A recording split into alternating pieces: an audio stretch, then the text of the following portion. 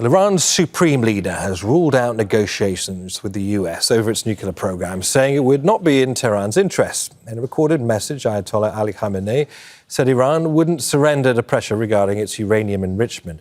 He reiterated Tehran's long-standing position that it has no intention of producing nuclear weapons. It comes days after the UN Security Council rejected a resolution to extend Iran's sanctions relief.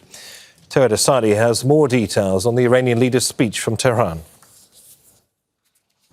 It was actually one of the most significant speeches in terms of foreign policy that we heard from the Iranian Supreme Leader Ayatollah Ali Khamenei. In terms of timing, it takes place when the Iranian delegation is in New York, and from time to time we've got the revival of the idea of direct talks between Iran and the United States when they are there usually. And also now Iran sees it on the verge of a snapback mechanism, which runs the risk of further sanctions imposed on the country. Iranian Supreme Leader said that the nuclear policies of the country is not going to change. Iran is not going to yield to pressures to stop uranium enrichment program. And also, Iran is not seeking nuclear bomb. This is a restatement of the very gist of Iran's nuclear policy. But speaking of the foreign policy aspect, we heard specifically when it comes to the talks with the United States, statements from Iranian Supreme Leader saying that under the current situation, under the current circumstance, the talks with the United States,